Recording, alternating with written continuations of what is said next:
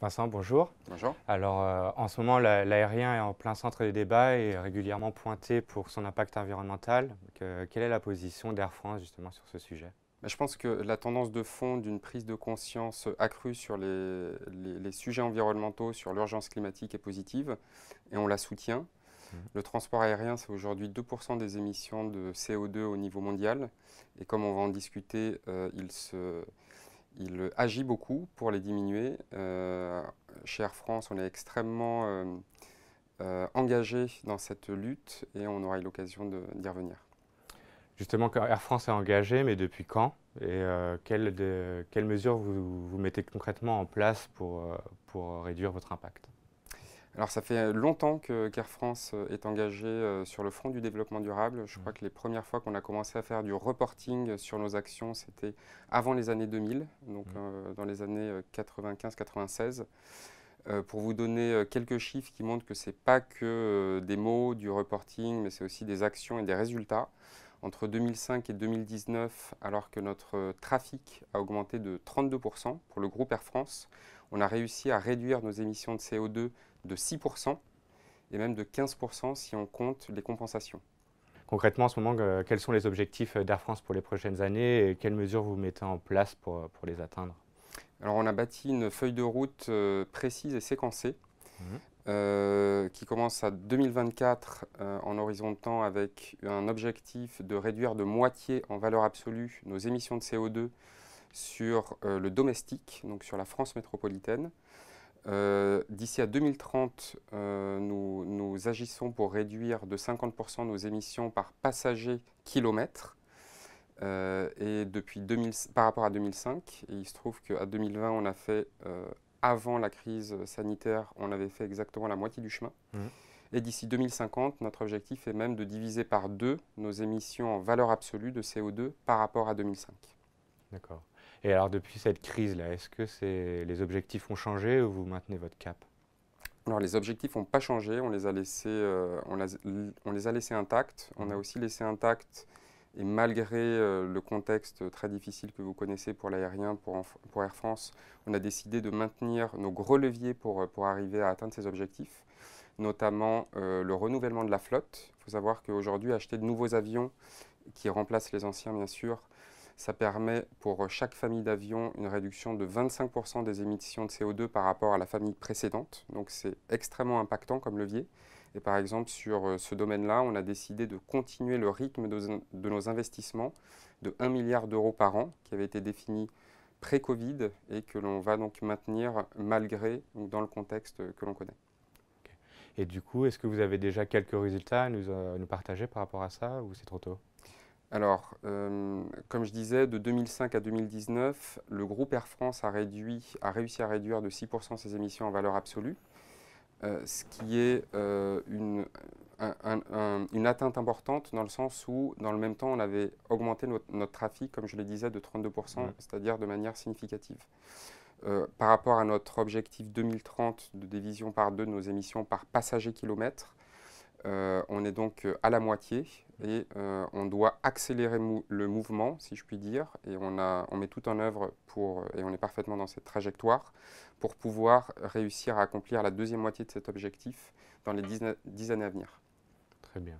Alors ça, c'est au niveau des appareils et des émissions, mais je sais que vous entamez aussi des actions sur d'autres points de votre activité. Avec quels acteurs travaillez-vous en ce moment?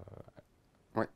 Alors, effectivement, notre stratégie de réduction de nos émissions de CO2 et en général des émissions de gaz à effet de serre, c'est de réduire tout ce qu'on peut.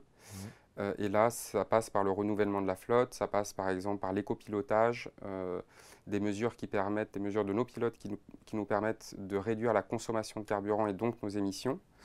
Ensuite, notre deuxième stratégie, c'est de remplacer les éléments qui contribuent aux émissions de CO2. Notamment, on travaille de manière extrêmement forte sur l'utilisation de carburants alternatifs d'aviation qui permettent d'utiliser ou de générer 80% de moins de CO2 par rapport à du carburant normal. Mhm. Et par exemple, sur ce chantier qui est majeur, parce que les carburants alternatifs d'aviation, ça peut devenir demain le pilier majeur de la décarbonation des compagnies aériennes dont Air France. Et pour ça, on travaille avec nos partenaires industriels, en général avec tout l'écosystème français, pour la création d'une filière de carburants alternatifs d'aviation en France. Je sais que vous travaillez aussi avec Carwatt qui vous permet d'utiliser moins de véhicules thermiques mais plus de véhicules électriques. Tout à fait. Alors ça fait partie de notre plan de réduction de nos émissions au sol.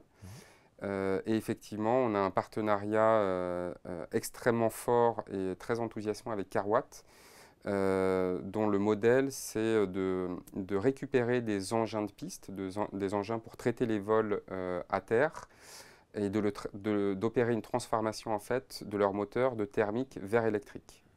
Aujourd'hui, à fin 2019, 58% de la flotte des engins de sol d'Air France était déjà électrique. Et nous avons un objectif de 90% à échelle 2030, grâce notamment à notre partenariat avec Carwatt, effectivement. On parle aussi régulièrement de Solar Impulse, je crois que vous êtes partenaire aussi. Tout à fait. Une de nos priorités dans notre objectif de réduction de nos émissions, c'est l'innovation. Aujourd'hui, comme je vous le disais, le principal levier pour baisser nos émissions, c'est le renouvellement de la flotte. Par contre, ça ne sera pas suffisant pour atteindre nos objectifs très ambitieux, comme je disais, à échelle 2030, à échelle 2050.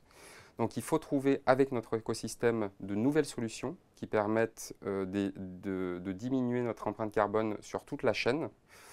Et on a formé un partenariat structurel avec la Fondation Solar Impulse.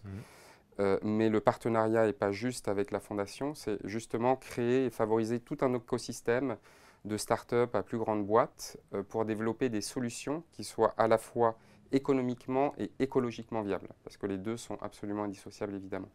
Quand on parle environnement, on parle souvent en ce moment aussi de multimodalité. Je sais que la SNCF est un acteur avec qui vous pouvez travailler. Dans quel genre de discussion vous êtes en ce moment? Alors d'abord, il faut savoir qu'on a un partenariat avec la SNCF de longue date, depuis 1995 pour être précis, où on a mis en place un produit qu'on appelle TGVR, qui existe sur 14 villes métropolitaines aujourd'hui, et qui permet donc à nos clients communs de combiner un trajet en train puis en avion. Aujourd'hui, on est en train de travailler avec la SNCF sur un renforcement de ce partenariat, notamment dans le cadre de la suppression des lignes du groupe Air France à moins de 2h30 en train, qui est effective depuis cet été. Et donc on travaille en très étroite collaboration avec la SNCF pour accompagner cette transition et pour assurer à nos clients communs la meilleure expérience.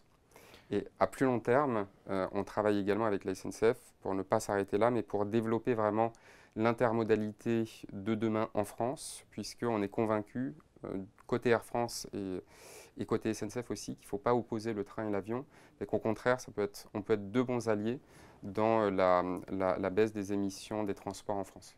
Dernier point au niveau de la technologie, ces derniers temps, il y a beaucoup parlé de l'avion hydrogène. Est-ce que c'est un sujet que vous suivez en attendant de ces ruptures technologiques, quel outil utilisez-vous?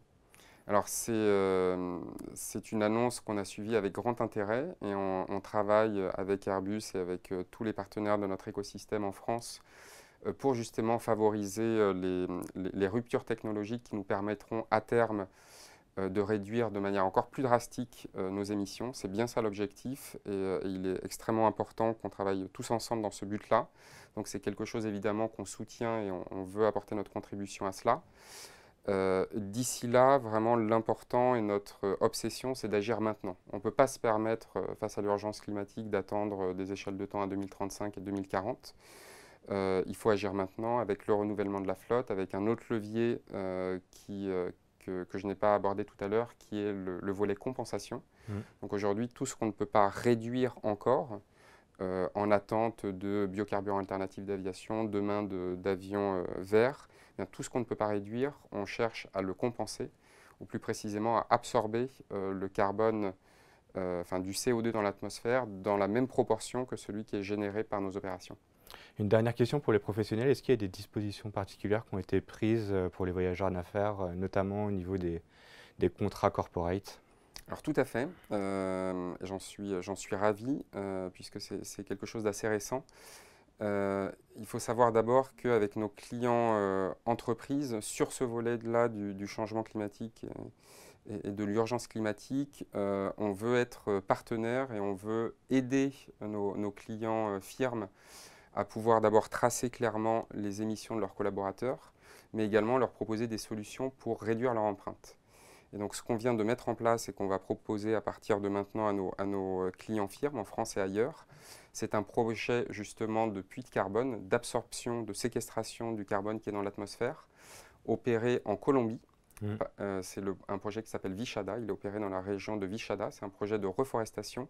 Il est opéré par notre partenaire EcoAct, qui nous accompagne sur toute cette stratégie d'absorption carbone et avec lequel notamment on a signé un partenariat d'envergure qui prévoit le fait qu'on compense maintenant en tant que groupe Air France 100% de nos vols en France métropolitaine depuis le 1er janvier 2020. C'est un engagement qu'on avait pris avant le Covid et qu'on a décidé de maintenir vu l'importance qu'on lui accorde. Du coup, concrètement, les clients, vous proposez à vos clients de reverser une partie de leur... Enfin, comment ça se passe concrètement au niveau des clients? Alors, très concrètement, on fournit à nos clients firmes une mesure très précise des émissions de carbone liées au transport de leurs collaborateurs. Et on leur permet, on leur donne la possibilité d'acheter ce qu'on appelle des crédits carbone par l'intermédiaire de ce projet Vichada, qui est un projet certifié par les normes les plus exigeantes en matière de durabilité. Et donc d'acheter des crédits carbone, tout ou partie des crédits carbone qui vont leur permettre de compenser, d'absorber en fait dans l'atmosphère exactement la même quantité de CO2 qui a été émis pour le trajet de leurs collaborateurs. Merci Vincent Etcheberry et puis à bientôt j'espère. Merci beaucoup.